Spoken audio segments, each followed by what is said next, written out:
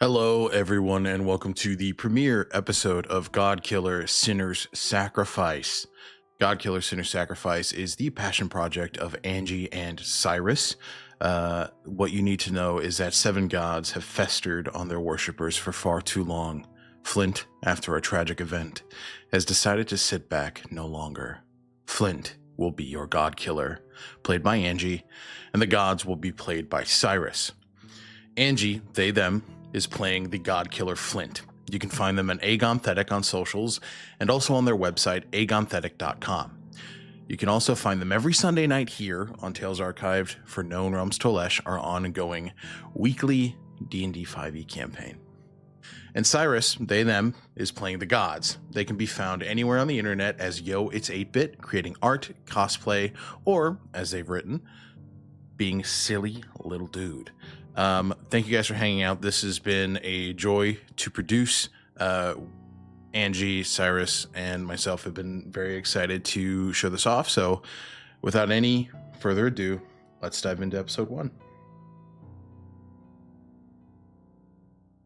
We open up in darkness, as many things start. You, a steel, a sturdiness, a force, gazing upon this world which you do not understand, which you are not familiar with. As you watch, you see a landscape of bodies, not dead, but not alive either. Vacant is how we would describe it. At the bottom, in this pit, we see many who have given up, many who have been consumed by these entities so much larger than them that they have no use but to follow, but to obey, but to worship.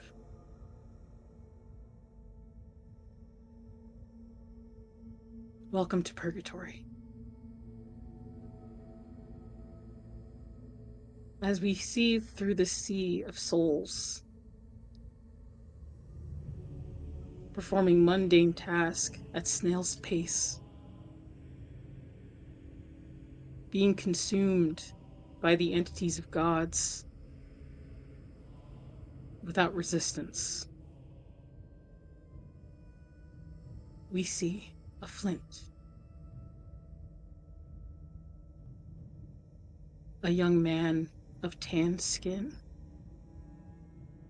short brown hair that curls ever so slightly in their face and over their ears, skin sticky and sickly,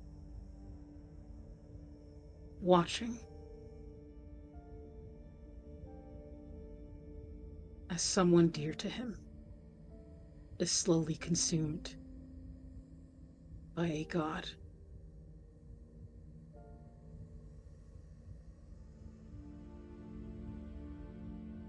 As he watches his mother, suddenly within his eyes, staring back into hers, a spark.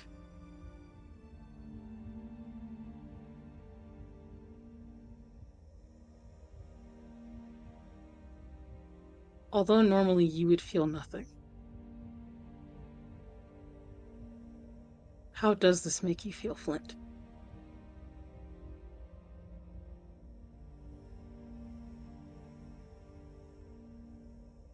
There's a sense of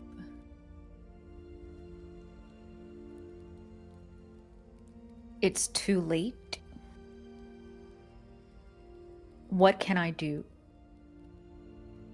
And yet, that warmth, that spark, it's not comforting. It's terrifying. It's a catalyst of realization that something has to be done. And I can't sit here and watch this happen. And yet, you are frozen.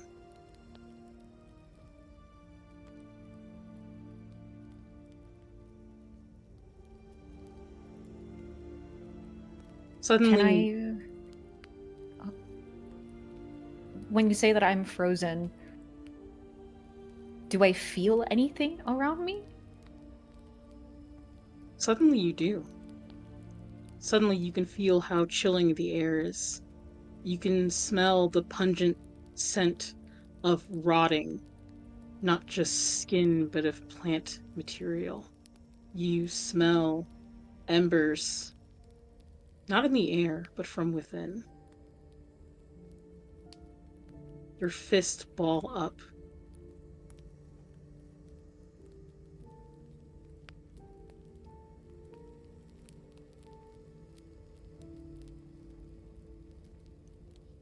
I'm going to try and take a step forward.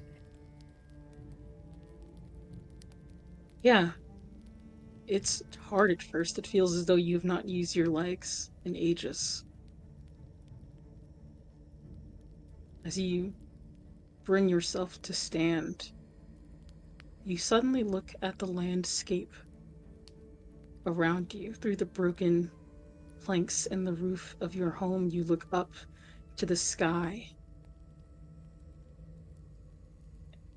and you can see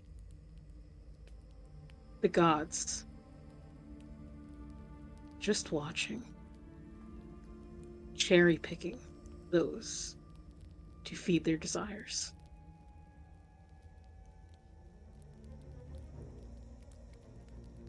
I think having a view of that all of a sudden, feeling the sensation that there's the sensation of smallness, of nothingness. But I am not nothing. I can feel the chill in the air. I can smell the scent in the air, and my mother is being consumed. I want to do a mortal move if I am able to. Yeah. What are we? I want to act impulsively. Yeah. So acting impulsively, when you act impulsively, you describe the emotion that drives you, and answer one, and I will tell you something that you didn't notice until now, answering the other. So, what advantage do you seize, or what trouble hits you hard and fast? The trouble is what's right before them, their mother being consumed. How is she being consumed? Because Flint needs to run to her side. You see that there is this small chunk of mass, a collection of noses and ears and arms and fingernails and hair follicles, all collectively pulling her into it.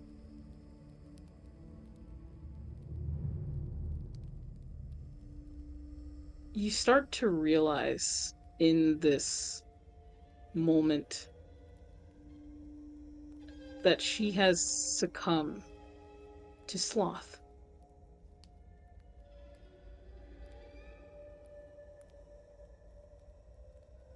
How far away is she? Just a step ahead. Flint takes it. Do I reach her? You do. And she holds to your hand.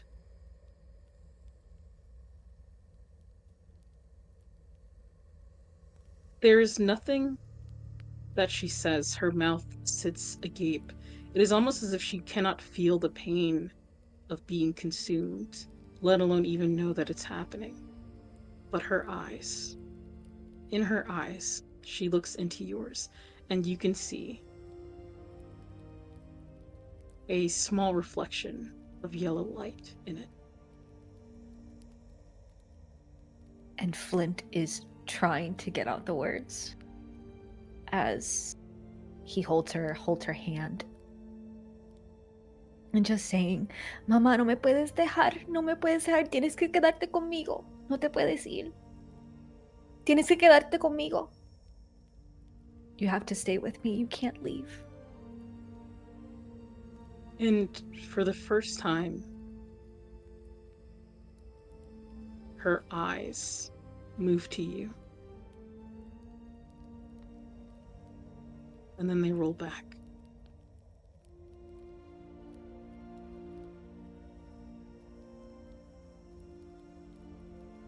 Flint screams her name. Screams, Mama. Mami. No me dejes. Don't leave me. In this sadness and grief that you feel and that you are expressing so loudly, makes you feel so small. And the way you can hear that no one stops for you. That no one weeps for you the way you weep for her, that no one cares. And as you are holding so tight onto your mother, a hand reaches with just one finger, scooping up the rest of her being.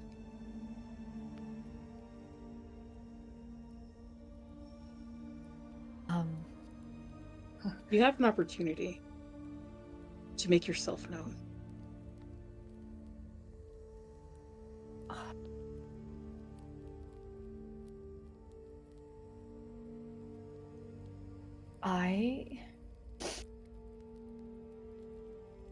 Do I feel anything about this terror, this warmth inside me? Do I feel anything that forces me that pushes me towards trying to stop this hand? You want vengeance.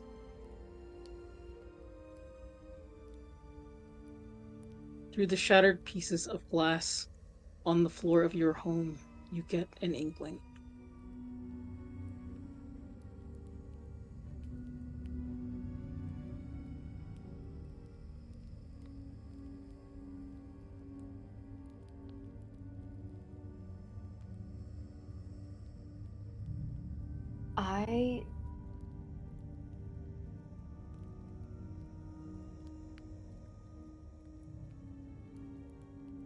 I want to try unleashing my divinity. If that is what I'm feeling, if that is what me, Angie, knows is happening, I want to unleash that in Flint. Yeah.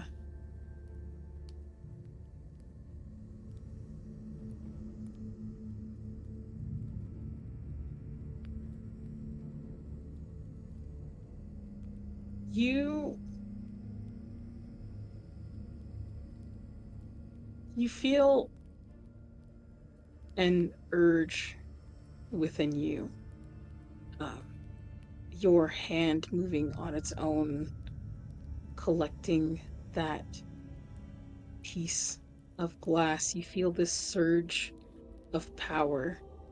You feel your insides burn hot as through those tears they almost evaporate as your vision is clouded with blue flame, as you feel as though you are breathing fire. This anger that is building up inside of you hurts so bad you must inflict it on someone else. How do you unleash your divinity? I will pick up that glass and I will stab and stab and stab at this hand. And as you do, the hand does not stop. It does not recognize you. I'm clawing at it. I'm trying to unleash everything I have on this. I feel the flame coming out of my mouth, out of my eyes, out of my ears, as I am trying to immolate this entity. And you leave cut and bruise and burn and slash and scrape and gash, and there is blood, there is your blood, there is its blood, there is her blood, staining the gray walls of your home with a crimson hue.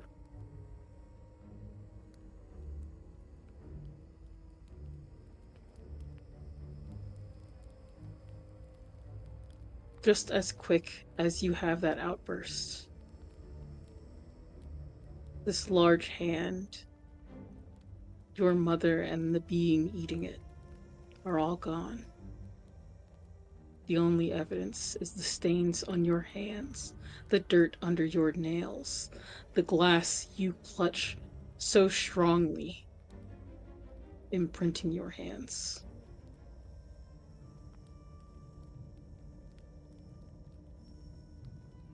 You have touched a god. Something you have known no one else to do.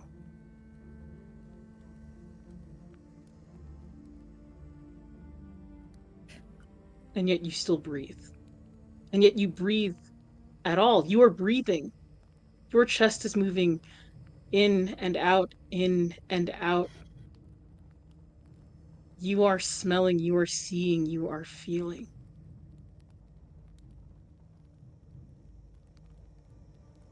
It all comes as a shock as you realize this.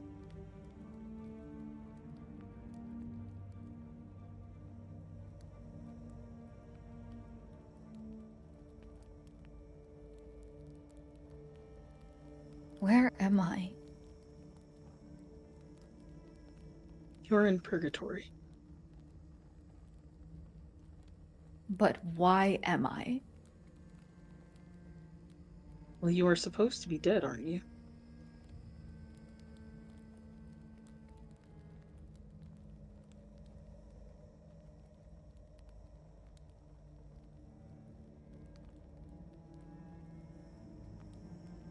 Then, if I'm supposed to be dead, why is this fire burning?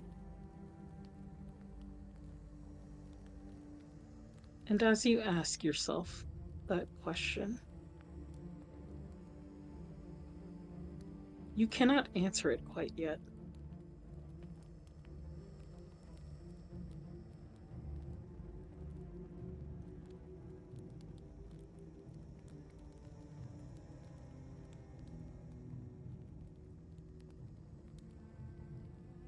I see around me right now. You see the remains of your home, what little left there is. You can see just outside the landscape, many others missing that flame, many others walking around dead as you were moments ago.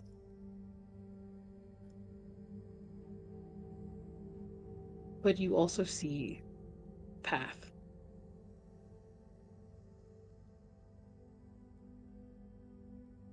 As these gods cherry pick the mortals from this pit, this bowl of things to be consumed, you sense a surge of magic pulling you towards the kind of long vines that trail down, that get tangled in the trees.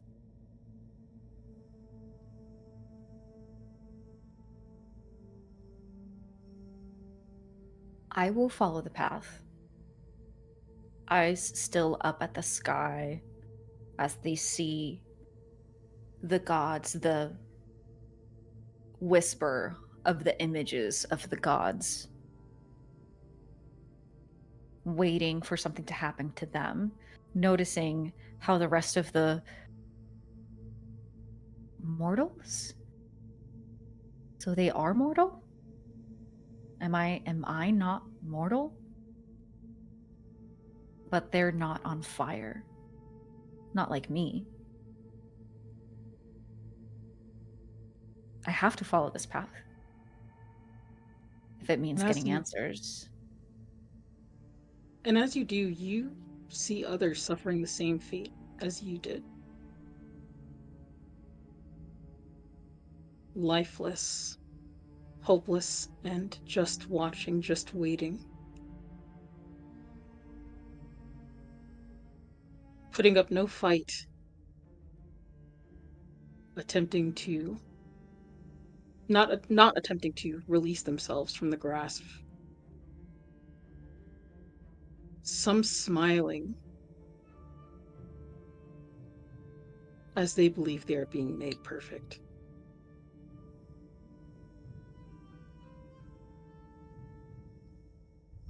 But my mother, she wasn't being made perfect.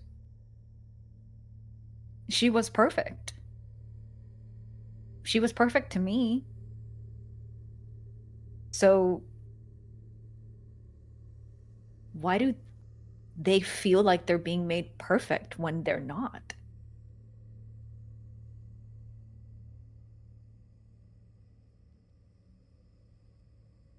To give in.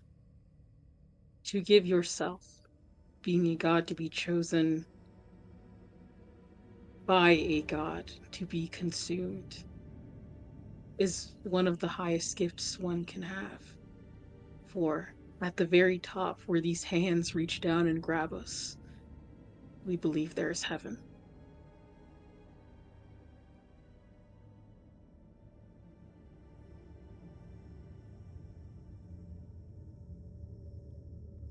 I could see it in her eyes. She was not going to heaven. Even though she deserved it more than anyone else. And as you say that, following this path, you realize that you have stumbled out of purgatory mindlessly. The place you see ahead of you is quite different than anything you have seen before. At least anything you remember seeing before.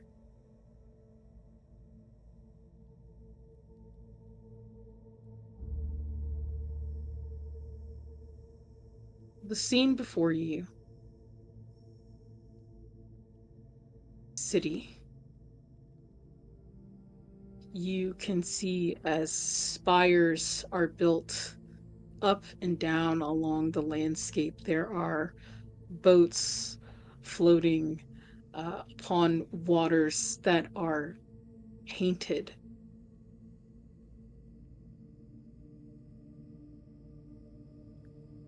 You can see that there is some semblance of life here, of people moving. But it is not fast, and it is not without a struggle.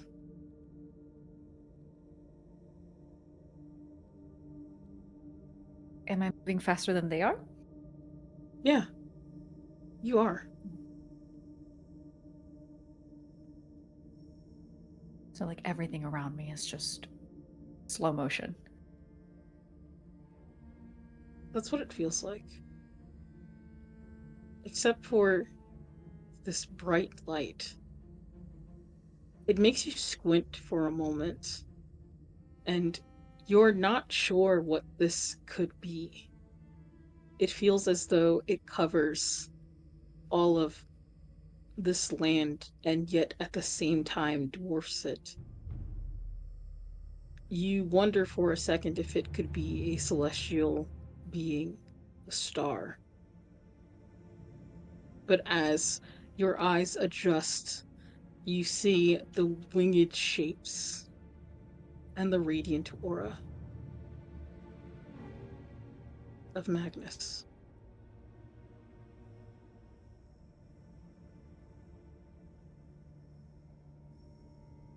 And Magnus, so they're just over the city, just like a sun? Yes.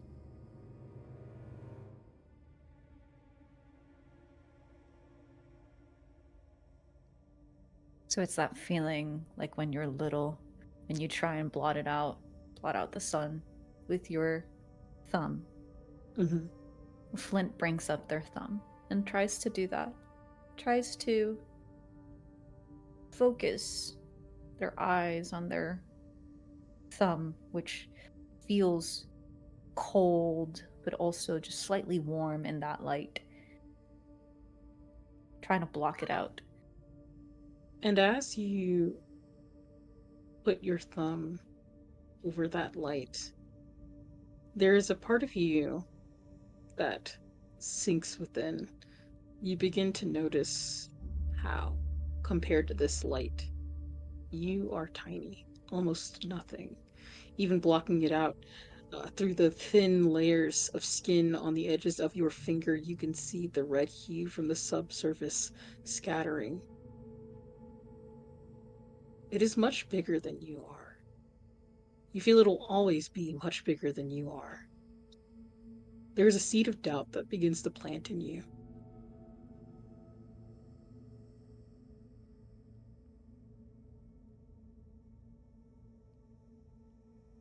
Flint will bring back their hand down, and then I want to look around, maybe find someplace away from this path, this sort of middle main street area, and takes a right into an Yeah, alleyway, or anywhere where I could maybe feel like the light is no longer there, but it's always sort of perpetually there, almost like on the edges of my eyes, kind of like when you close your eyes and you still see those ghosts. and as you kind of recede, you see, just as you walk into the corners of that alleyway, a shadow moving deeper into it. Like someone? Mhm. Hello? And as you do, you hear a gasp and hear footsteps as they are running in the opposite direction of you. Um, excuse me. Hi. Hello? And then we'll run after. And as you do, you catch just the biggest glimpse of them as they are dodging between corners and hiding through things, knocking things down. But you are determined. You see something that moves as fast as you do, almost faster than you do. Someone who recognizes something is happening as you come upon the dead end of this alleyway, surrounded by nothing but brick. As you look up, you see a girl in heavy black linen dress, wearing a bonnet over her head, attempting to climb the shallow stones of this building into a window that she cannot reach as she slides down the wall.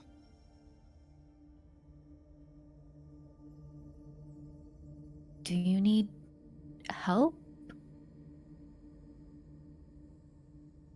And as you ask that, she looks weary at you. Who are you sent by?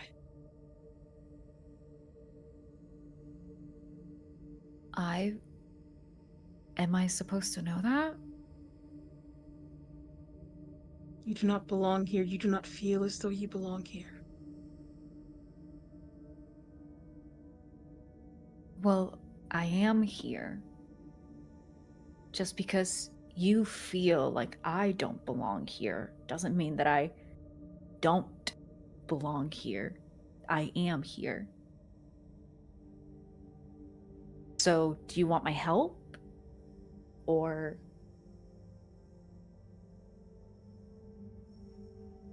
And she grabs your hand, leading you down another series of alleyways, and as you do, you feel a cold creeping up your arms.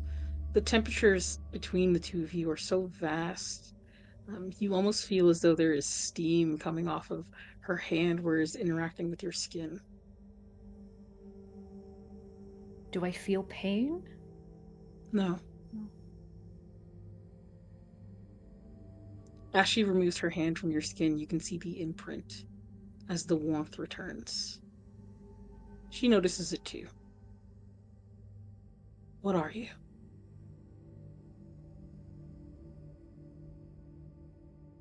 I think the only name that I can think about is Flint.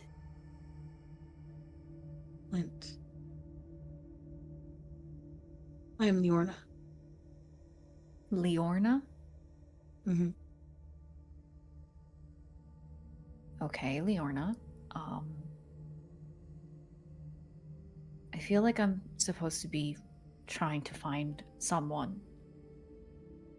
I think maybe that's why I followed you? I apologize. I am of no help. I am quite cowardice. But there is something of you. You feel as though nothing else feels here.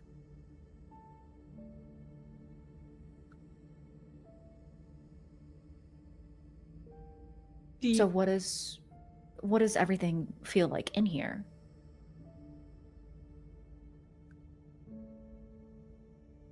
Like suffering.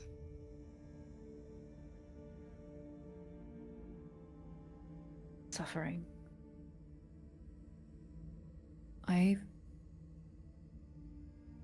I remember suffering.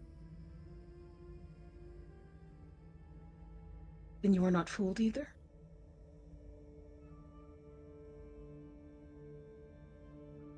Fooled.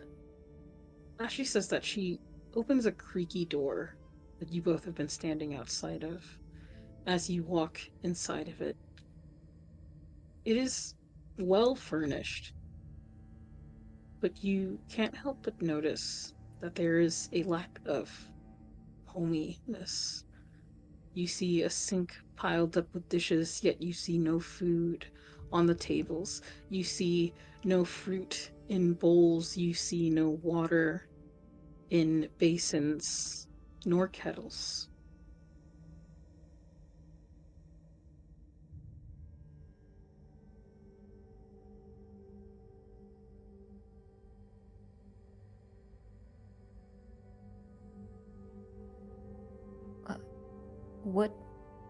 What is this place? This is my home. Oh, okay. I thought that was gonna be some bigger reveal. It is my house, I should say. So there's others that are living here then. Why does it feel like there is living, but then there also isn't? Or like maybe living happens a lot slower here. And she kind of goes to the windows, in which you realize that you are sitting in a place where that light can't reach you. And as she pulls back the curtain, that light overpowering fills the room. And you get that feeling again, that doubt. And as she closes it back, that feeling goes away. Flint will close her eyes and won't be able to see the ghosts anymore once the blinds are closed.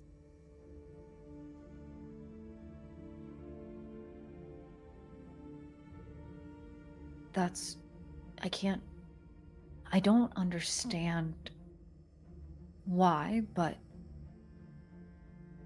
I have my name, Flint, but I also have another name, Magnus.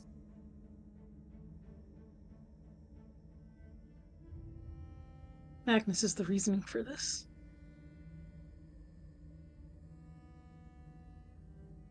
Their light blocks out any other coherent thoughts we could have. He is selfish and prideful. Any bit of magic, any spark he eats. So we all want for nothing but you. You want something. Yeah, I need to find someone.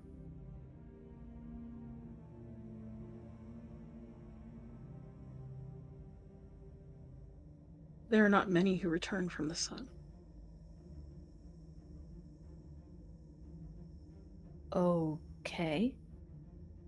Are you telling me that I have to, if I'm trying to find that someone, I have to go to the sun? To Magnus? And she kind of nods her head, yes.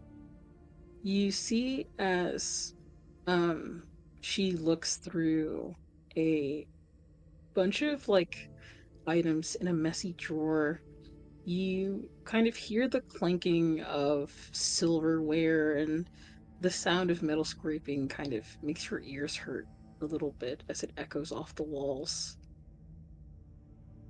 as she pulls out a tiny key. It is so small that could only go to something of a locket or lockbox. She places it inside of your hand, and kind of closing your fist, she lingers on them. You see the corners of her mouth curl up as she kind of takes in your warmth.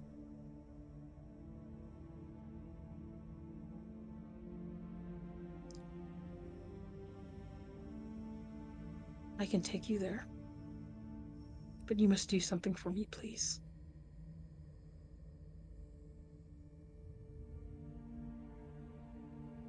Get it? One quid pro quo.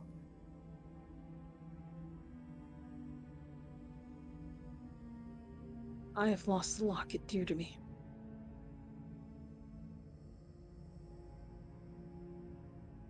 I'm assuming that this key opens that locket. And she nods her head yes. Okay. So what makes you think that I can find this? I can't even find someone that I'm trying to... I don't even know their name. I don't even know what they look like. And as you say that, she mentions, my father. He was quite skilled.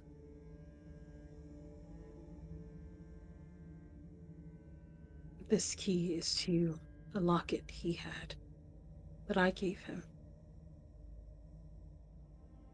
When Magnus first sat upon his throne, my father was one of the few called.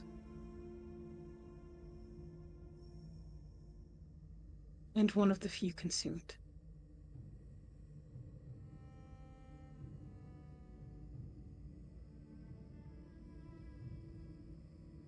I want something to remember him by.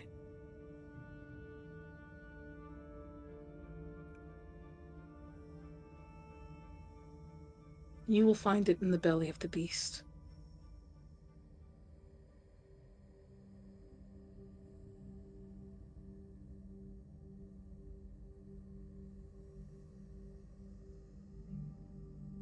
There is a moment when Leorna says, father. Where within Flint, it's like when two stones scrape against each other and there's sparks. But it's sudden and then it goes away. Okay. Yeah. Yeah, I'll find your dad's locket. I mean, I'll try. I can't promise you anything.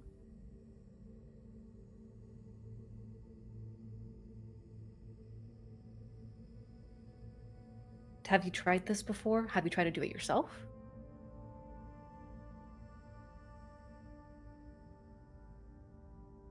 She kind of tries to muster up courage to say, but you can see from her look, she reveals her leg to you as she lifts up her skirts, and you can see that it is trailed up with this like kind of corrosive feeling. Oh, with this corrosive like kind of texture.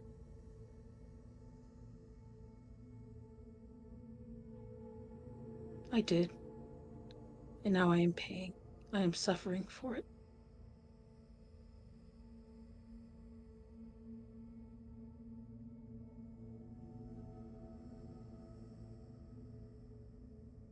That was Magnus.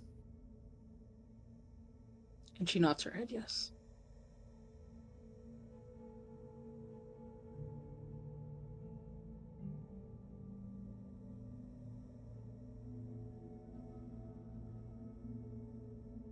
Okay.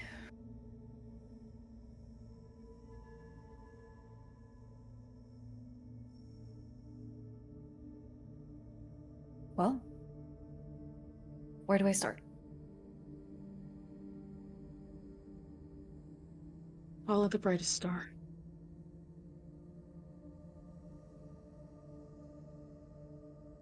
No matter what you feel, what you hear, you must keep walking.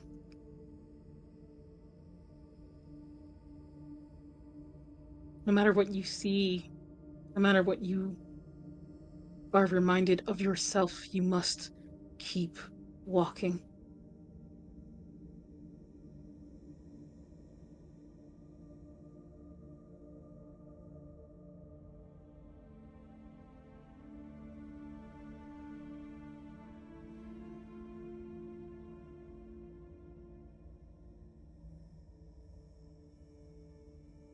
Back to the path I go. Keep walking. All the way to the bright star.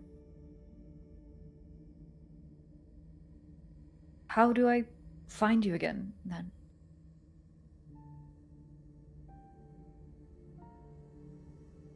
I will not be far.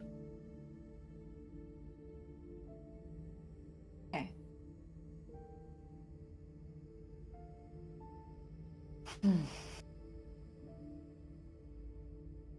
Well, I think Flint will walk out of the home. We'll notice the dishes on the sink. And have a feeling of something hasn't been completed before walking out and feeling that dread, that sensation the moment the light touches.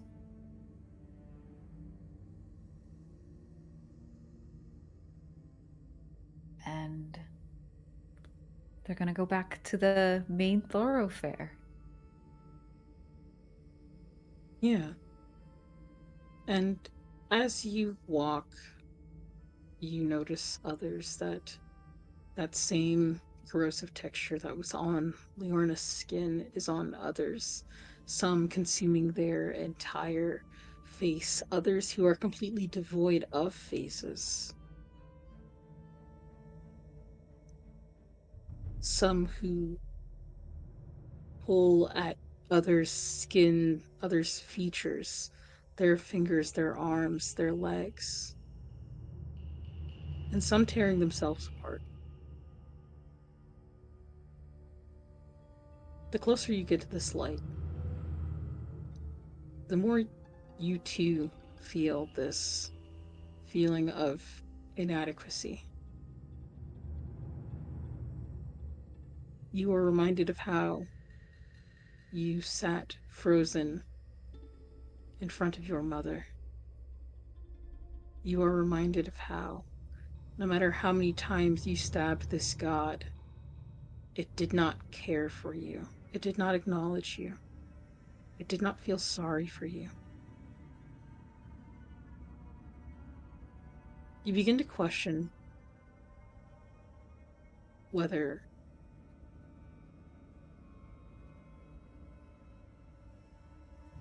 you can truly, with just the anger inside of you, walk the remainder of this path.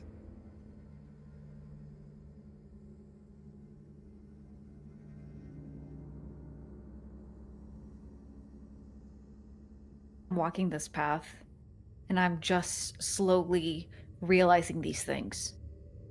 The corrosive nature of what surrounds me, the light in the sky, this sun, this madness, the feeling of inadequacy.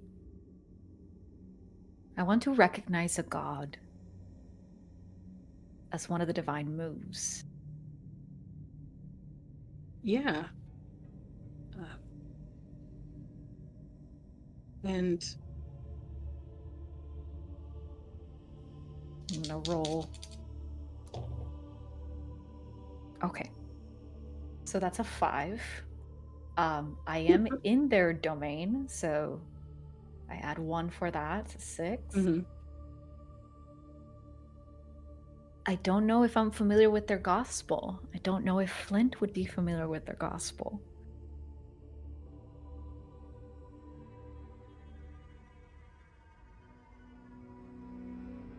I think the closer you get, the more you do recognize what Leorna meant by when she said suffering, right? Mm-hmm. While you're seeing all these people tearing themselves apart, the thing you can think of in your head is suffering. Yeah. So that is a miss then, because it's below a 6. So then I don't really get much more than what I already know. Common legends of this god. Yeah. And the thing that resonates with you right now is that you remember Magnus is quite prideful. He is the prideful son.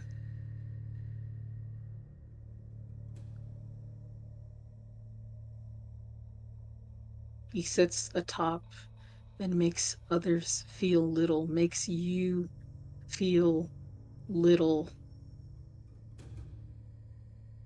And that light, it burns away inside. It corrodes your being until you are nothing left except for comparisons of yourself and this god who you will never rise to be, who you will never rise to beat.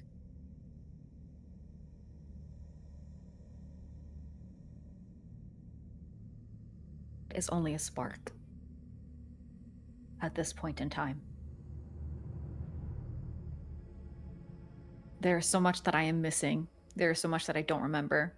The only thing that I remember is those feelings of inadequacy.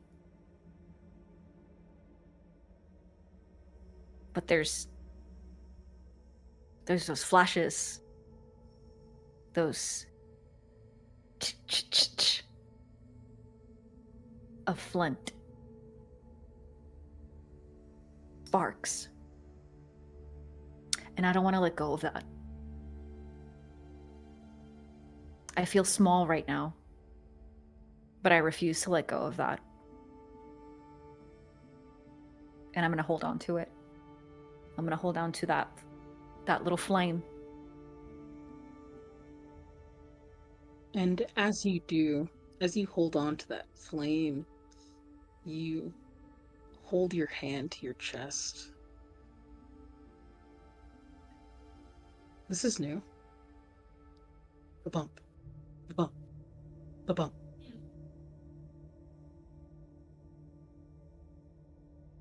You have a heart.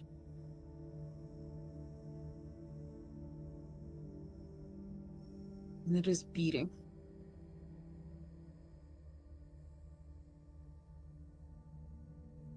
On rhythm as those sparks attempt to ignite.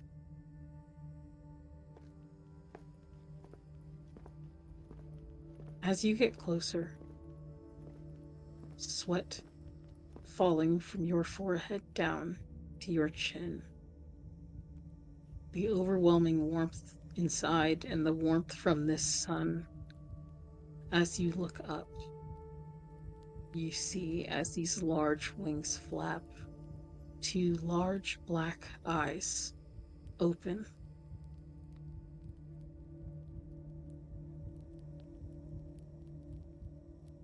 You've been recognized.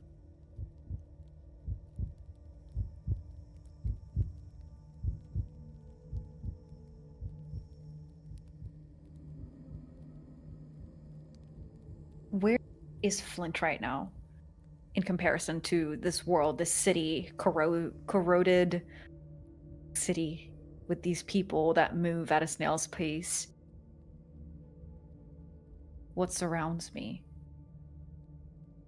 You are almost to the center. As what was you being surrounded by these tall buildings that almost seem to crane in over your head. Now this path, this small bridge that slowly turns into just a collection of stone barely held together, sits upon this river.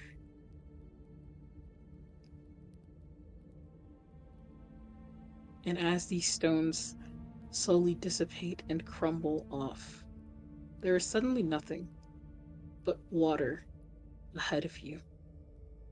And not too far, on the other side of the water, is Magnus's domain.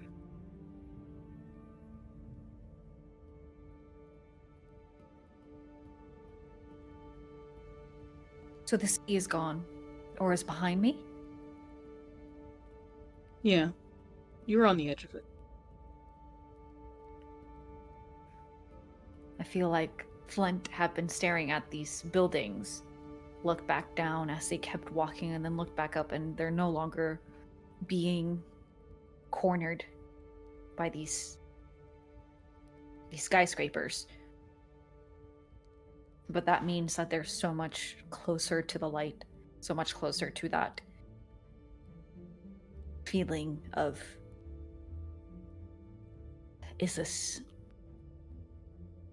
am I going to be successful? Am I going to be able to do this? How can I compare? Maybe I should remain back in the city. Maybe I should just, all of those emotions starting to try.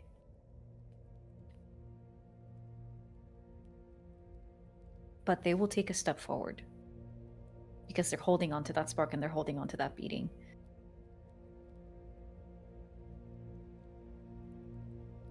As you take a step forward,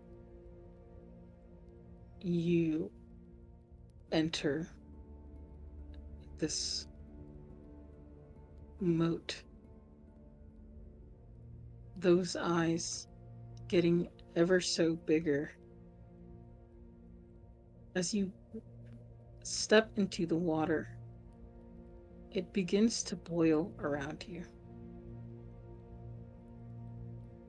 You can feel a tingling on your body.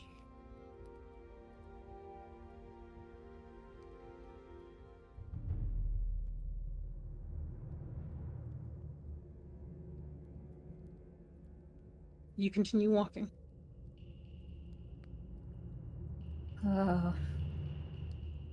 Ooh.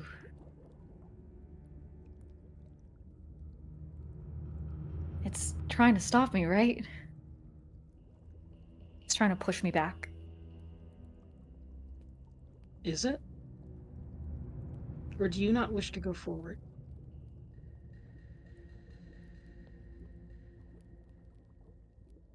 No, there's someone I have to find. Like that, I have to go forward. Why? What will change if you do?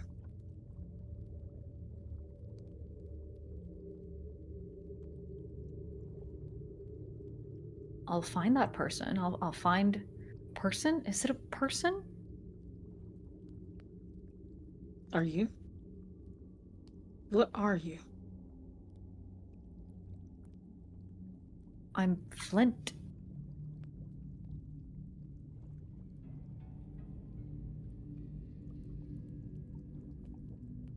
I'm Flint.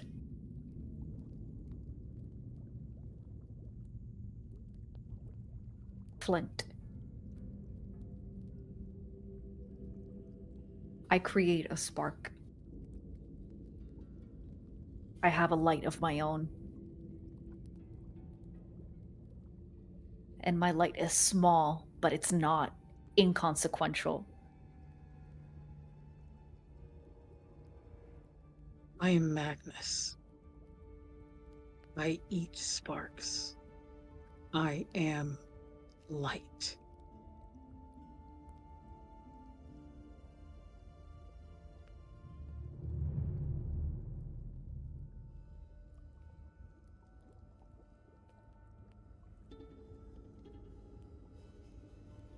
I want to tempt fate because Magnus is trying to keep me from crossing this bridge. Yeah, when you tempt fate with your actions, say what perilous treat, what perilous feat you're trying to accomplish, and roll 2d6. Add 1 for each true statement. The perilous feat is that I'm trying to cross this bridge and Magnus has already threatened me with eating me. I am. Is a skilled ally lending you a hand?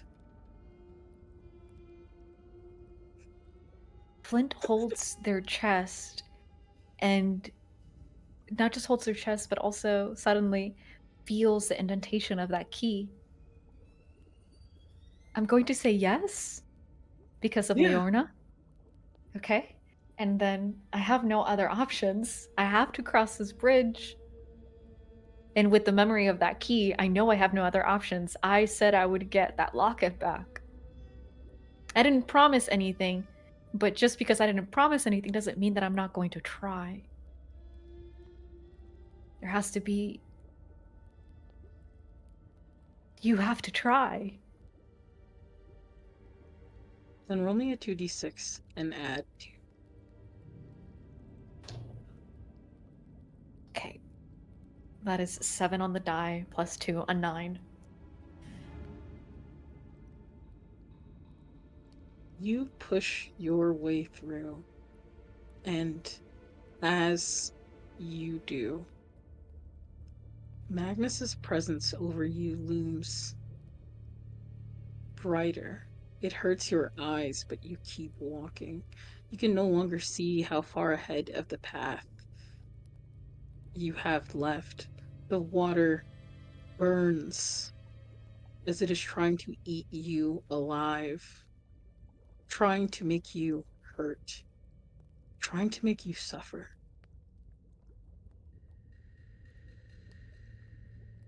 But you do not succumb.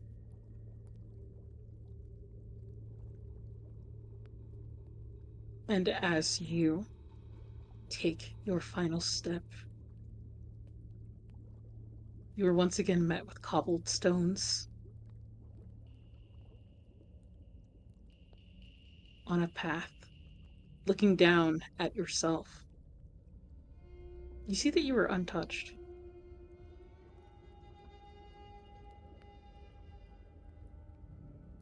Was the burning just in your head?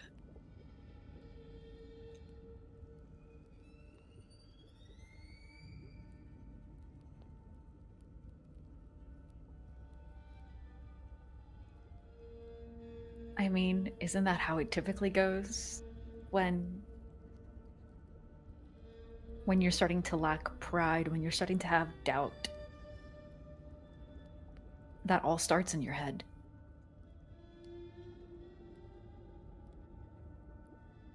As you recognize that,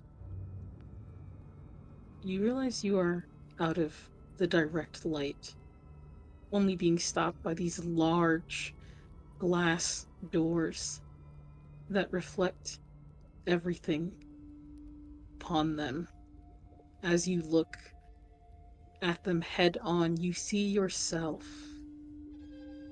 a saturated being, leagues ahead of the dull city you leave behind you. I can see my reflection. Mm-hmm. It is like a campfire upon a forest of dead trees. You recognize yourself for the first time. What do you look like? Truly look like?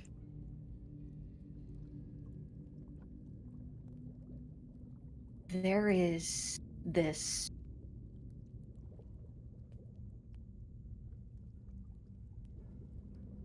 there is just the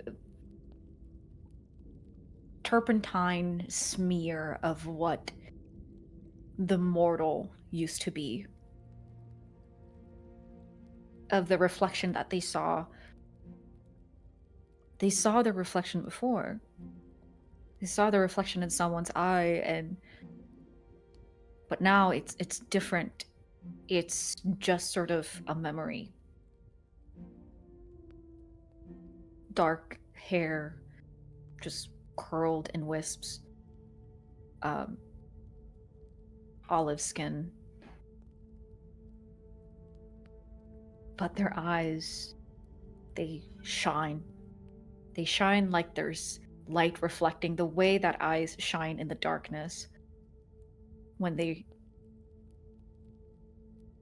creature is being stared at and they're staring back at you. And then there's that sort of miasma of fire, a wreath of fire that pushes through the skin, kind of like when you press your finger to a bright source and it seems to want to escape.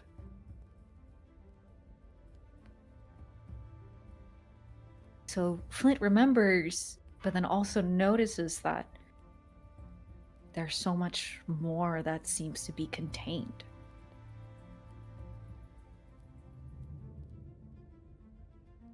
But none of this matters right now. Looking at myself doesn't really matter. I'm not going to stand here looking at myself. They look back at the city. The city is reflected, corrosive and dilapidated. So they want to look back.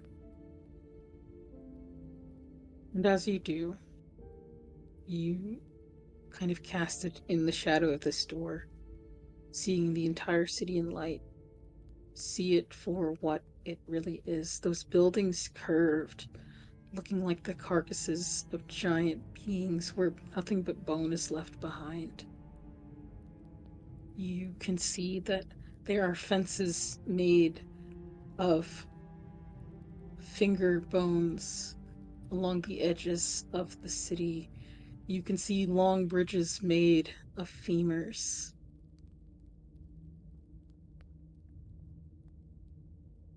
And looking down to the water, it is blood.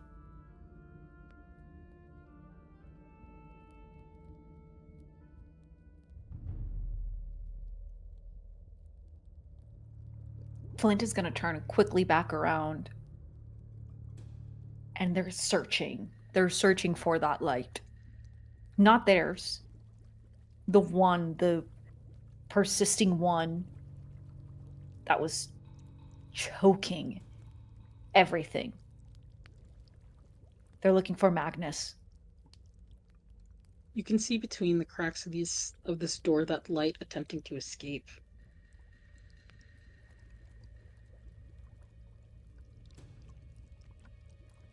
They look heavy, but pushable. Yeah. I'm going to push open the door. As you do, you are consumed by this light. And there is nothing but whiteness around you for a moment. And when your eyes adjust, you see but a being the same size as you. It sits with large, round eyes, a mess of hair, and itself coiled between 3 pairs of wings, sat scantily clad upon a giant skull.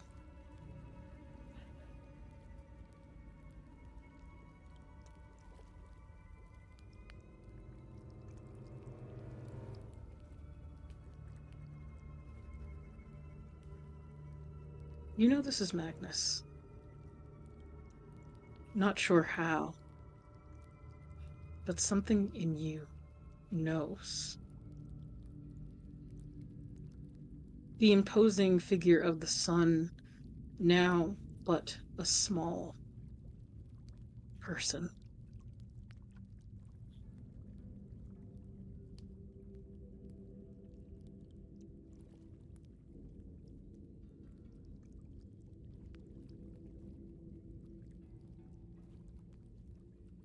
They're sitting. There's kind of this like big skull around, and they're kind of sitting like within the kind of like nose of it, almost kind of using it as a playground.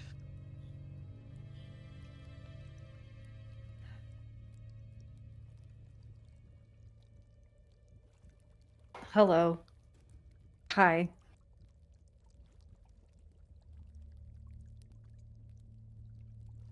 Hello.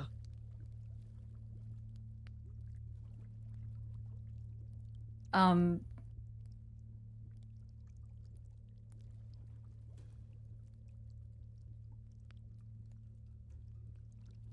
I'll come out and say it. I'm not a big fan.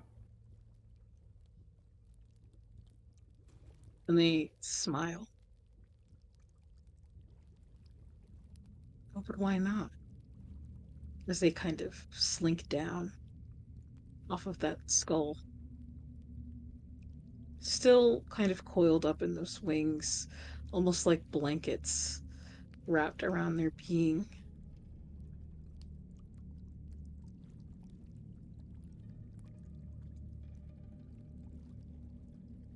There seems to be a lot that you are holding back.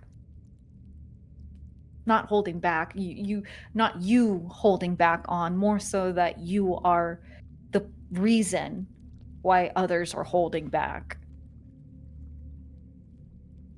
And for being I'm assuming a creature of pride, right? It's kind of disappointing to see what you're lording over.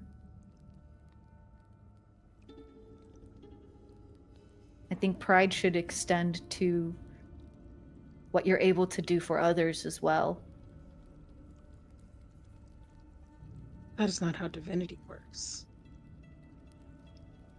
I too am hungry, just like you all. Divinity? And as you say that, they approach you, their wings now spread out, and you see them bare as they walk upon you, unafraid to lay their skin upon the tattered rags of your clothes.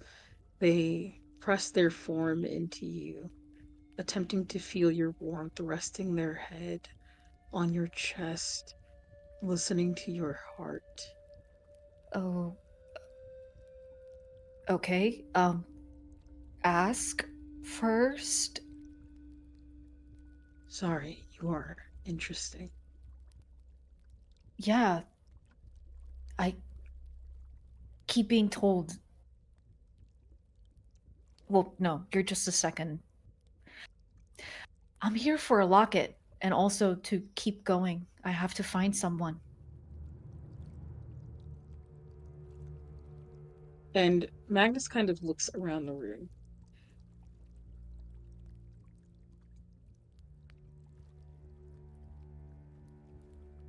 Who is it that you try to reach? I don't. I just remember. I remember looking into their eyes. And I remember suffering. I could take that away. I could make you perfect.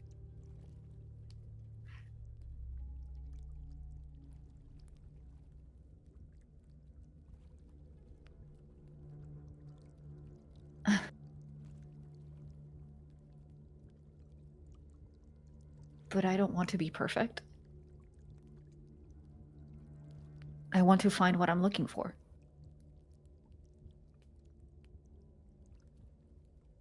As you say that, you can feel them tense up.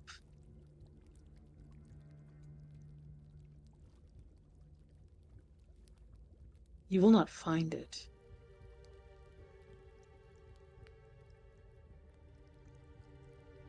Why? The fact that you are standing here in my domain is because I let you. Others will not be as kind. And should you keep pressing,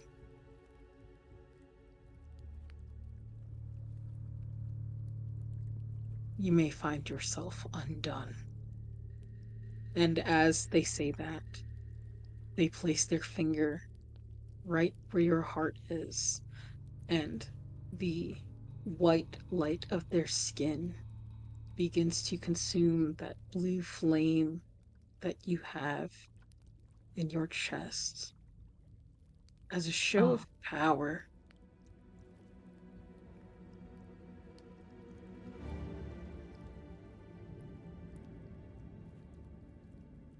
there's a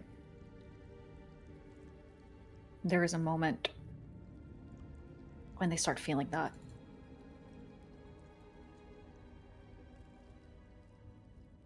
There's a moment when Flint starts feeling that, where there's a sudden urge to just let go.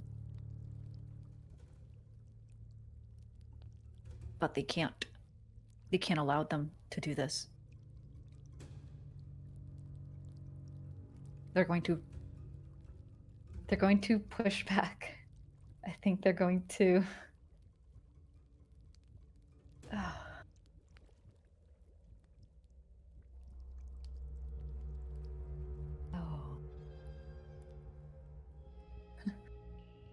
They don't want to cause harm.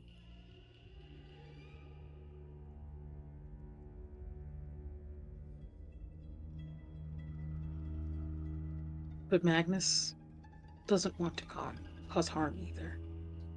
He is just hungry. And you are the most filling thing in the vicinity.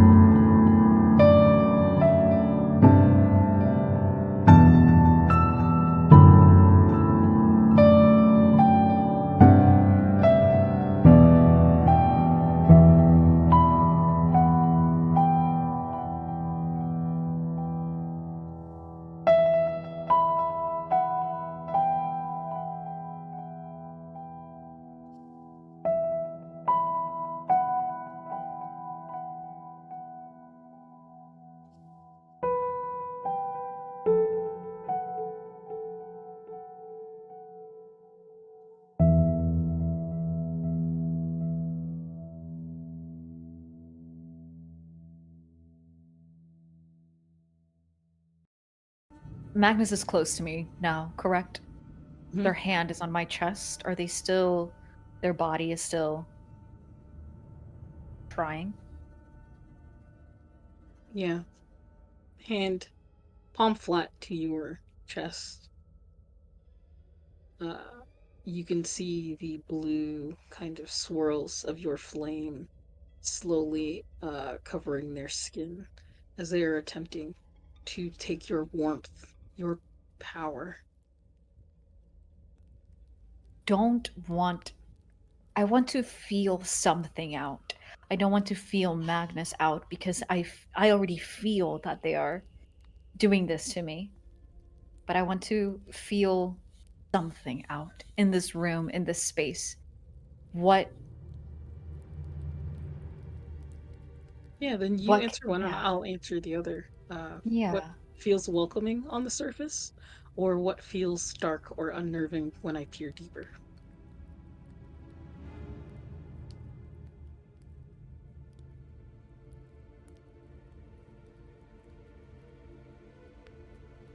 I think what feels welcoming on the surface, which is a strange question to answer in this moment as they feel their life source being stolen away from them. But what feels welcoming is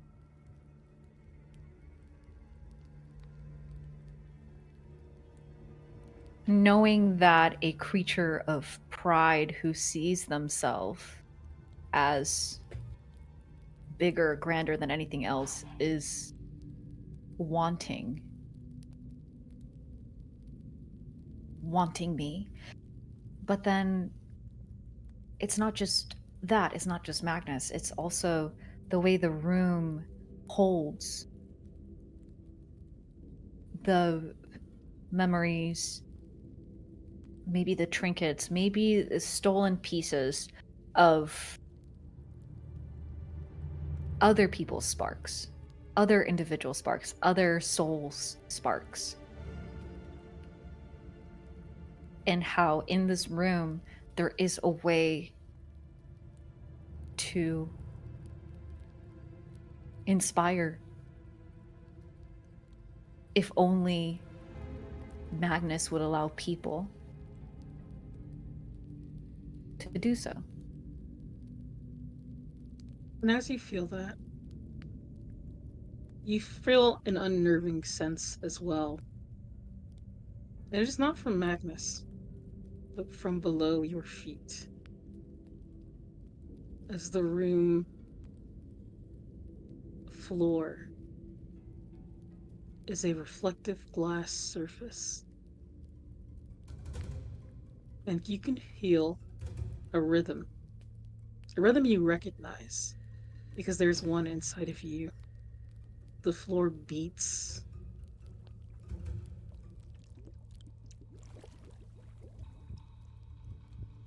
There is something underneath.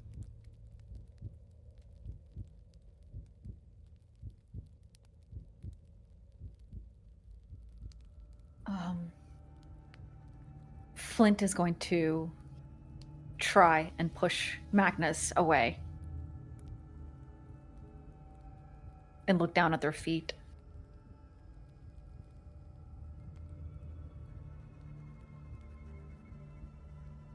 I would say that is a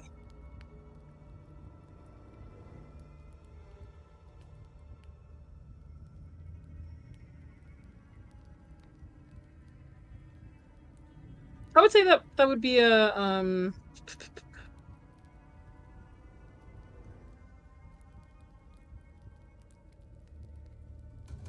Which one?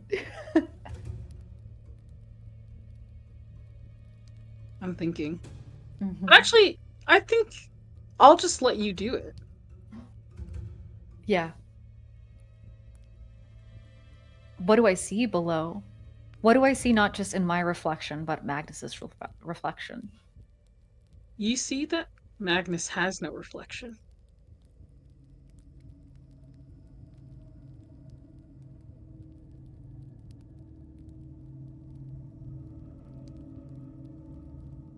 And in yours, you see yourself stained in blood. Although that piece of glass is not in your hand right now, you see it in that reflection.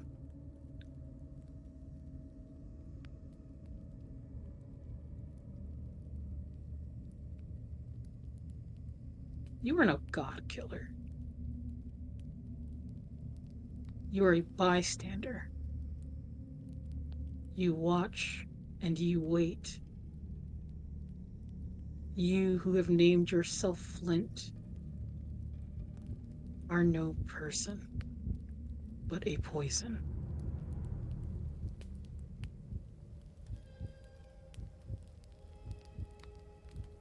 This is Magnus speaking to me? This is you speaking to you. As your reflection's face twists into something that is unbecoming of your own, but somehow feels so attached to you.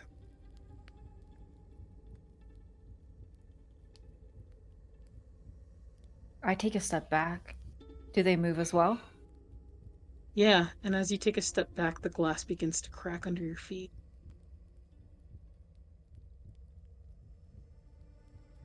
Flint is going to raise their hand, and the mirror is going to mirror them. The same hand where they don't hold the glass, but their mirror does. They are going to bodily drive themselves down to the ground and smash through the glass. And as you do, as that glass breaks, Magnus, in a pained shout, "No!"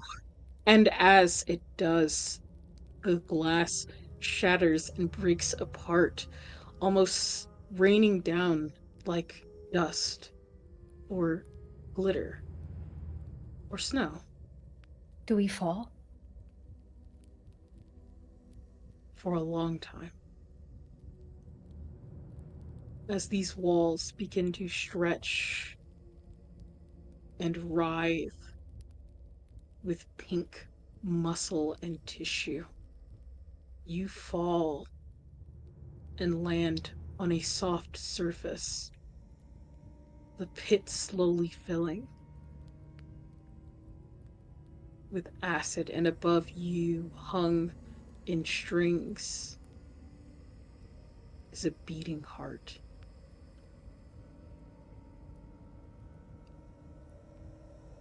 Am I now the same covered in blood? Or am I still Flint? You are still Flint. Do I have the glass in my hand? Yes. And then Magnus is gone? Magnus flies down those wings, as with those wings kind of outstretched, as they sit between you and this large kind of heart. It feels as though this room is made up of body parts displaced and odd and weird. And then you remember what Lorna said. The belly of the beast.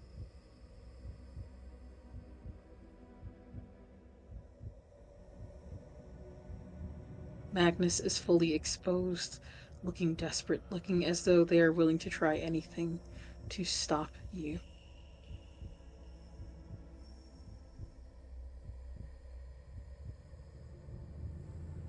After this realization, after finding out where you are, after you finding out kind of what Magnus is, you suddenly don't feel as small. And louder than you hear the beat of Magnus's heart, you feel the beat of your own. You feel that energy surging just like it did. You feel yourself and something within clawing, trying to get out. Your hairs stand up on end. Your brow furrows. Your palms clench the glass hard.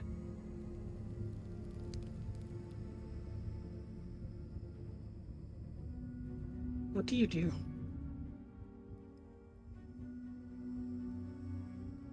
We're standing in a room where you can't look at yourself and you can't steal anything anymore from other people. Where you take steps without asking because you believe yourself to be grander than other people, more important than other people. And we are people. We're not just lost.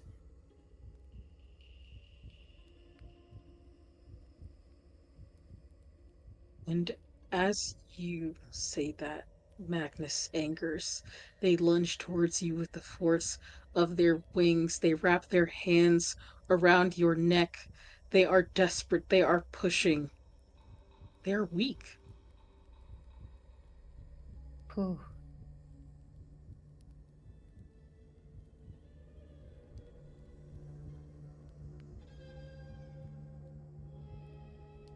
I'm going to try and connect with Magnus. This is the first god that they have encountered. And because it is their first, there's always that sensation that very much like not allowing to make promises, but there's always that sensation that we have to try. And then there's more to that feeling, to that sentiment. We have to try to do better. And so as Magnus is clawing at them, trying to steal once again, feeling their hands around their neck, Flint is going to grab their wrists, not entirely pushing them away, but just enough to take away the force of them pressing against their larynx. And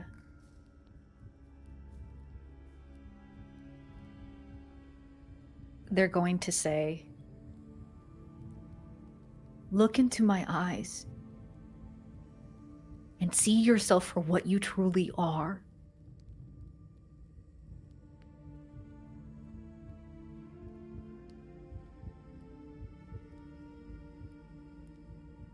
Answer one of these for me. What common ground do you both share? Or what divides you?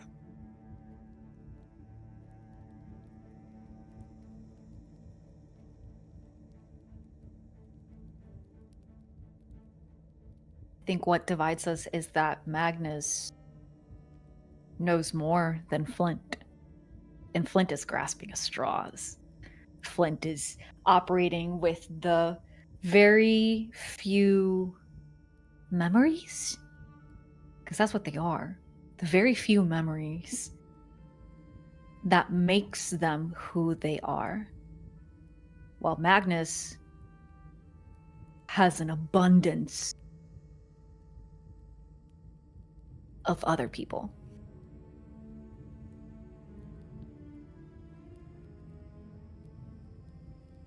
However, Flint had a reflection, and Magnus didn't. So, if Flint is able to share even just a small amount of being able to see themselves, then he hopes that Magnus can also do the same. As you hold Magnus's hands back, you realize something about them as well. They too are grasping at straws. They too are aimless. You see tears begin to stream down their face as they look into your eyes. I don't see anything.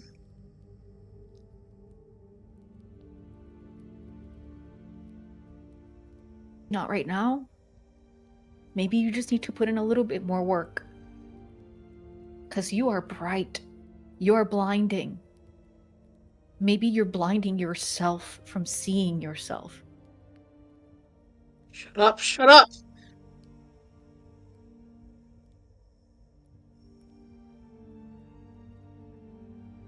I just need to get a locket, and I need to keep going on my path.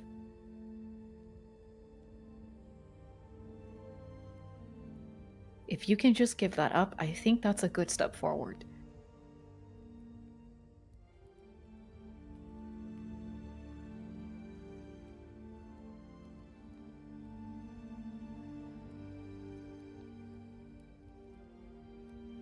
What would you say you were trying to do?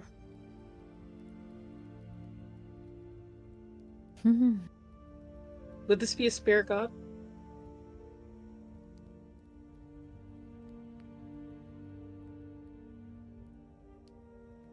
Or would you be challenging them?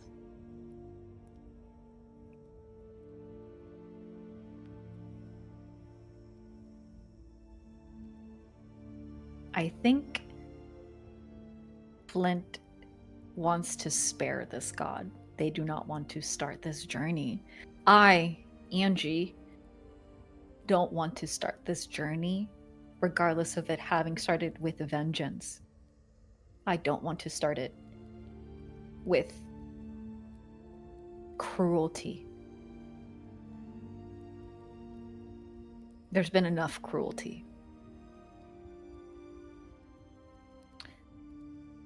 Then roll me 2d6.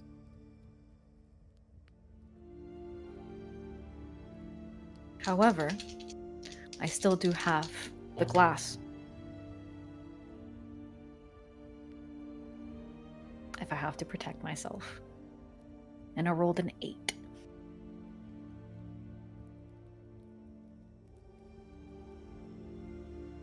As you speak this at them, you feel their muscles relax, their fingers release you.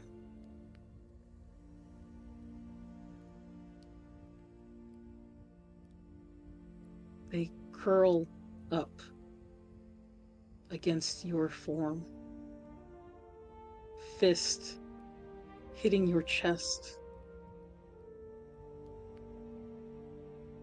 clinging to the fabric of your shirt and sobbing.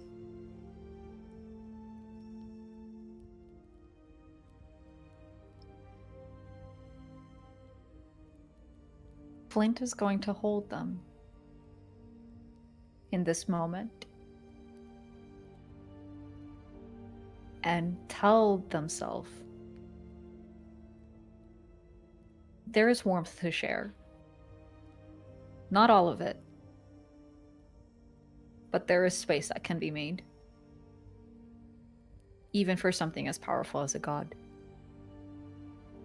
And you feel Magnus's warmth. It is not crushing. It is not debilitating. It is not saddening. It does not hurt anymore. It feels hurt.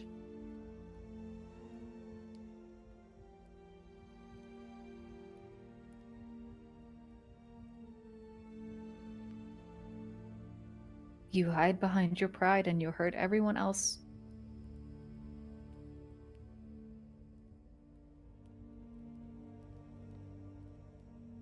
Because you're hurting.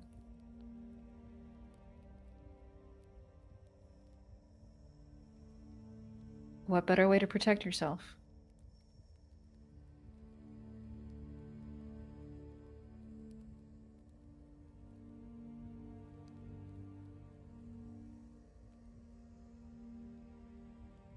They take a moment Do you hear the words you are saying?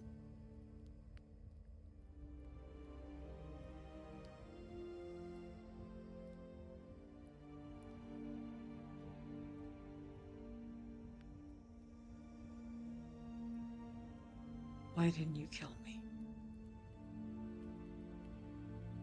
Why must you make me live with this failure?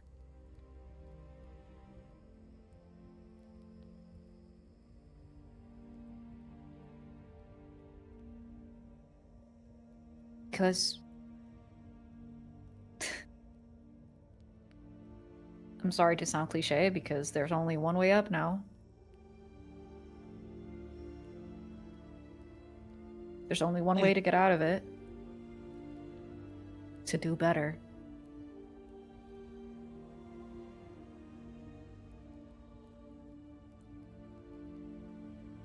I will wither if I do not eat.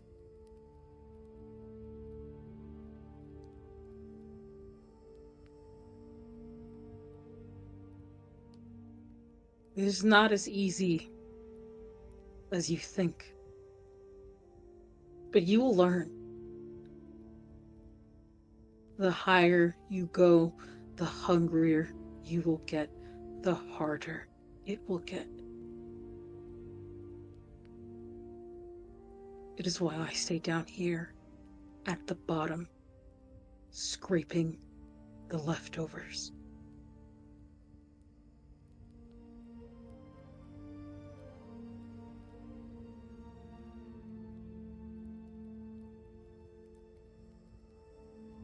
Do they give themselves to you when you eat?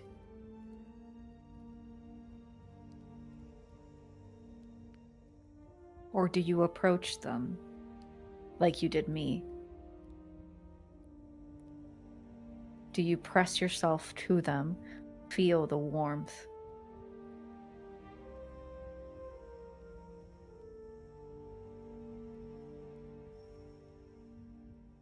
Yes. I am always pressed to them. You've seen my light.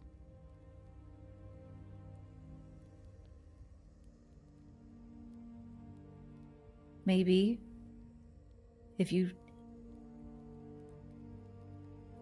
dim your light just a little bit, maybe you could potentially see that others are willing to share.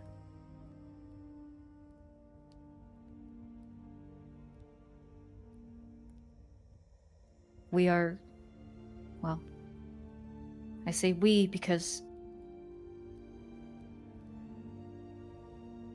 I guess I am like the rest, am I?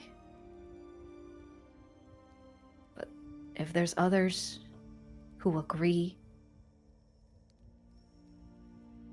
who are able to share, who are able to allow themselves to become part of you,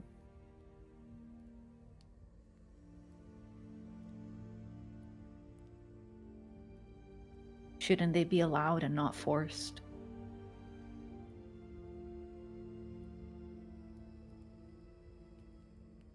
Tell you what, I keep feeling this growing for me. I'll sacrifice part of it. If you just try, same way I'm trying.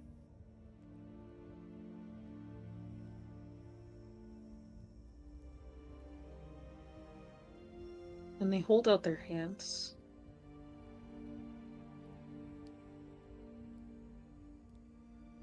I'm willing to try.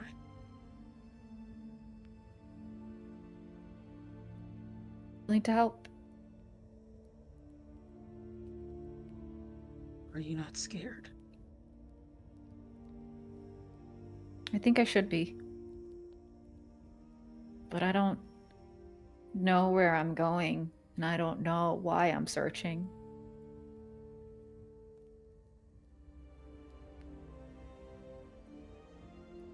I don't either. Then let's try together. But first I need that locket. And as you say that, in this shallow liquid you both are standing in, the locket floats past your feet, bumping into your leg. Oh, that was easy. You spared me.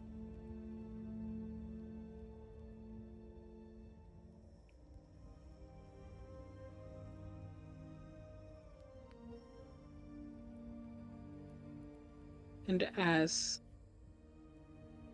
they say that, you can feel something inside here. Not the flame, but more so fuel for it. A power.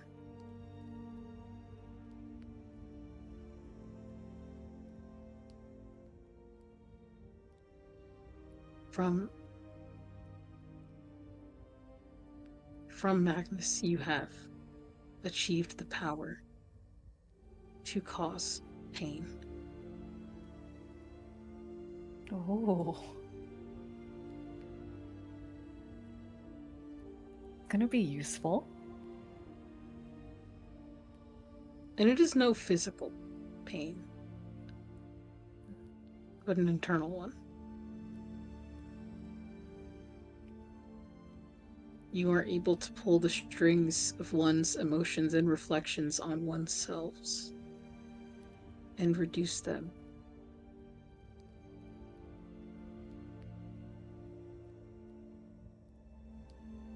Make yourself seem bigger by comparison.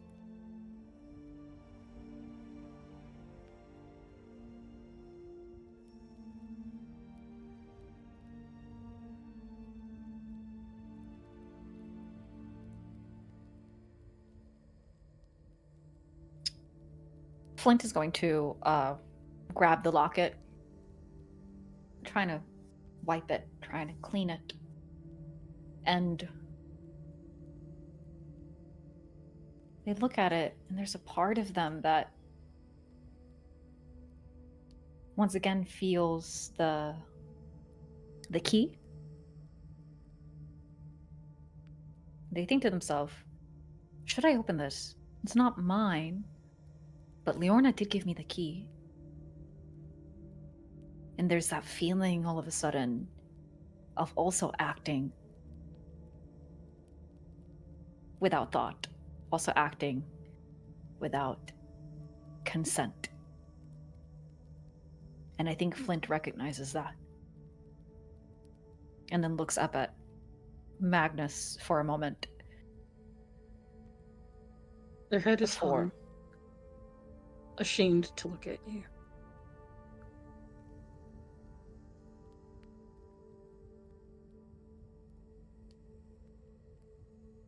Flint is going to take a step closer to Magnus and gently put their fingers under Magnus's chin and raise it. And at this point, I think Flint stands taller than Magnus, realizing that they are short in comparison. But sometimes the smallest people cast the longest shadows. They raise Magnus's chin to look into their eyes.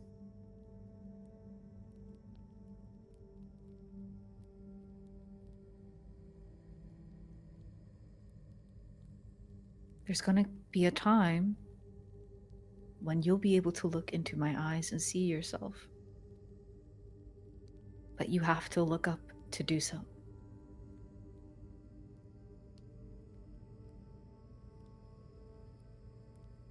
And you can see their eyes starting back and forth, searching for something in you.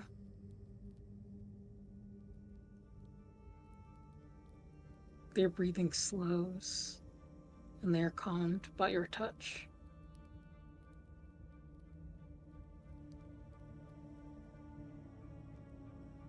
Then I await the day that I shall look into your eyes again.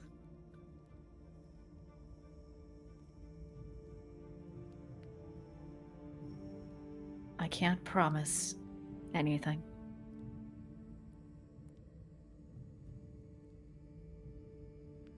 I would not ask you to.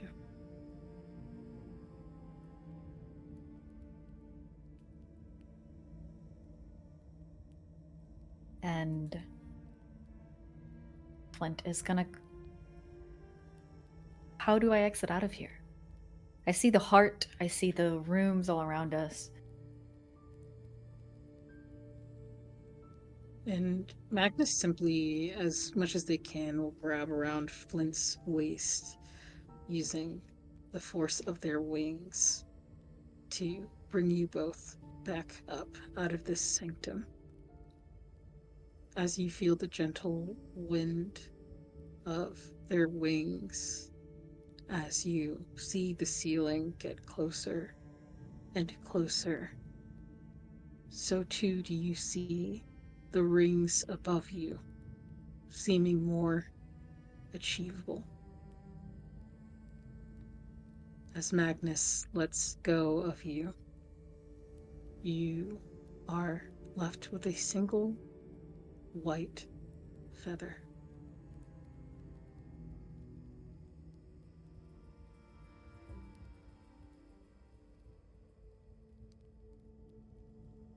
Flint will pocket the feather.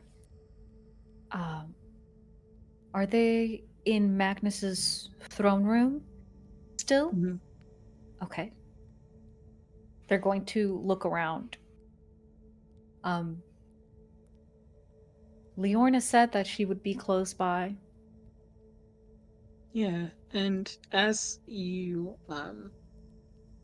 like the minute you remember, like, oh yes, Lorna, she is standing within that large doorway. You can see from outside that light a little dimmer, a little more bearable.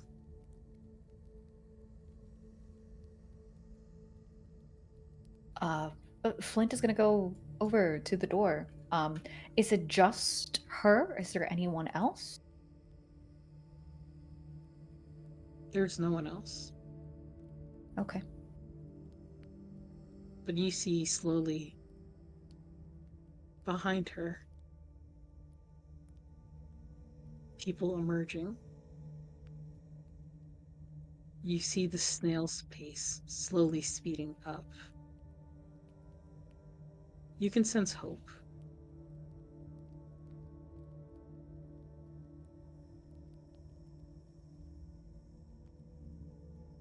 Is Magnus dead? No.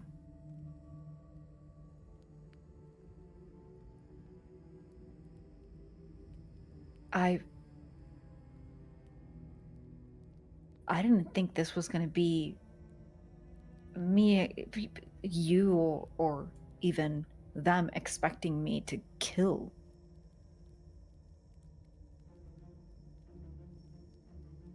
I saw you a savior.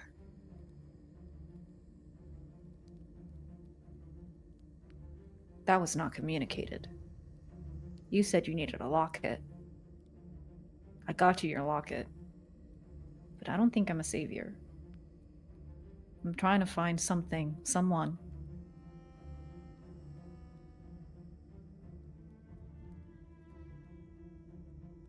And Flint hands over the locket and the key. I He haven't takes them opened it. both.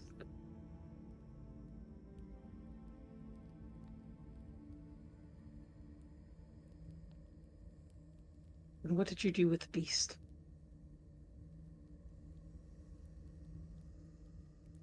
Well,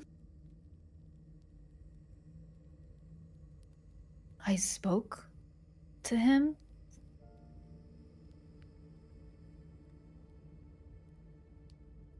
I broke through something, I think.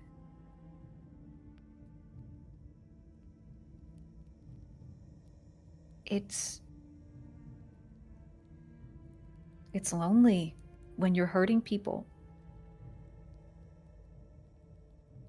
Sometimes people do it to protect themselves. They don't know any better. And I didn't want to just assume that he deserved some kind of retribution. I feel like I'm owed something.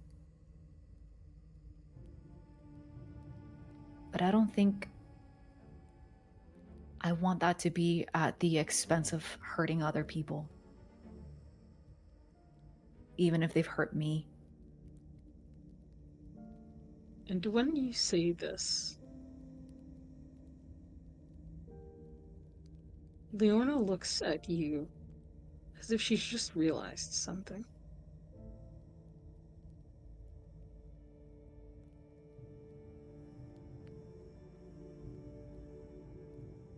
You are glowing. You are divine. There's that word again.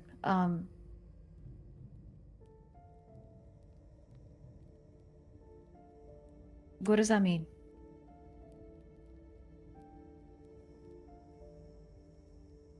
Means you are more them than you are us. And as she says that, she kind of clenches the locket within her fist.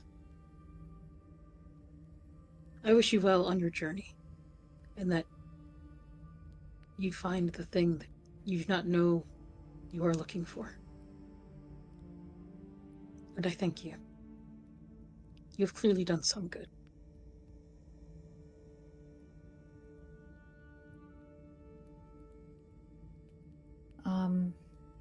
Yeah, you're welcome.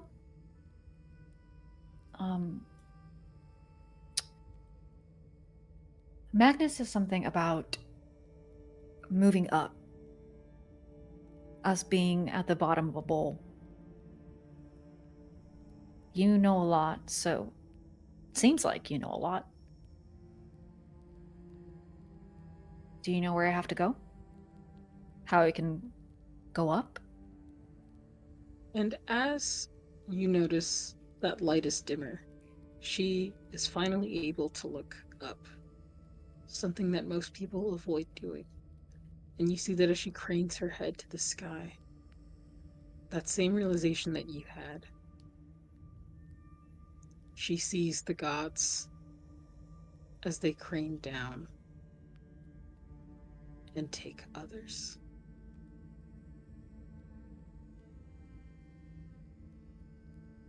You have just gotten a divine trigger. Oh.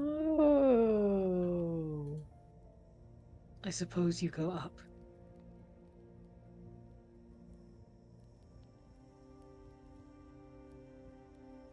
Yeah, I think that's a plan. Well,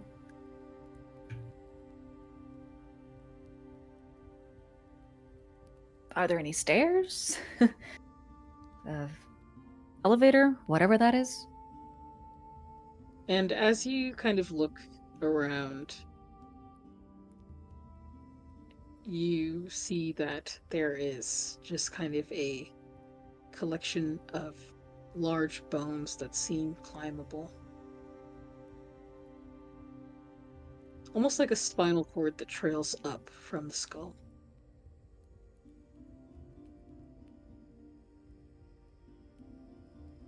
This is the same skull that Magnus is perched in? Mm-hmm. Yeah, okay. Is Magnus around anymore, or did they just sort of leave? You can't feel their being, but you can sense their presence.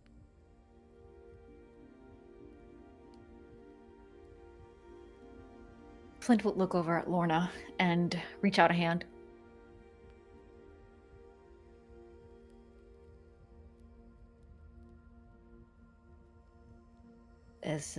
See you later? Yes.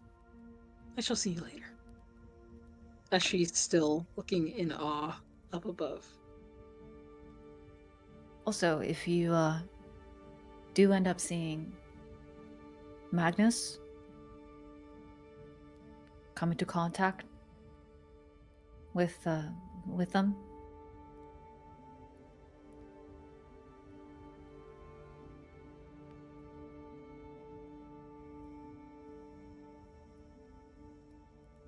Hopefully, expect accountability. I fear Hopefully. that now that my eyes have been opened, I will expect nothing from a god, not ever again. I think Flint is taken aback by that statement. Slowly nods. Because they're not quite understanding, right? Flint is only now just realizing the difference between what a god is and everything else around them. And if Lorna said that they are not going to expect anything from a god, but also said that Flint is more like them than they are us, then there is a certain sense of nothing needs to be expected of me either. But again, that doesn't mean that I'm not going to try.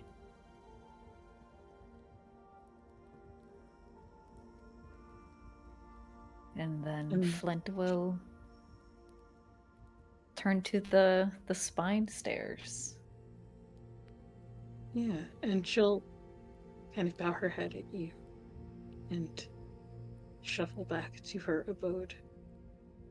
As you kind of look up the long climb ahead of you, you feel as though you are going the right direction. For once, you feel as though you are an arrow. And no more is there the pulling back, but now the release. Climbing your way up. What's something that you remember?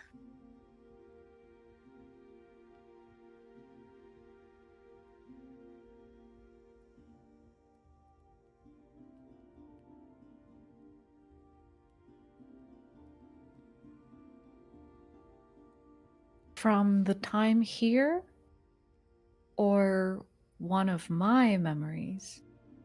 One of your memories, Angie.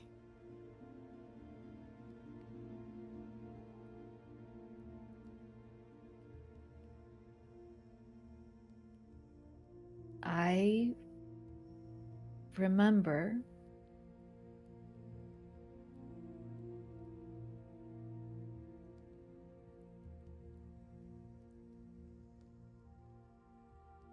surprising my mom for her birthday one year. Planning a whole entire day to go to a theme park. In the span of a couple of hours. And us driving. And she's distracted on her birthday. As we're driving, she doesn't realize. Even when we get to the gates of the theme park. And I have to hello? Are you not realizing where we're at? And her sudden realization and the look on her face. And I felt pride in that moment, knowing that I had made her that happy. And just as you are thinking of that, a smile can't help but fall upon Flint's face as the bones turn soon into rusted copper, not quite fully oxidized. As you finish hearing the ping of the steps, you feel your foot on gravel upon a city made of galvanized metal, where in the center sits an egregious show of wealth. From your mouth, almost as if you are not saying it yourself, you whisper, Oren. Oren. And that is where we end.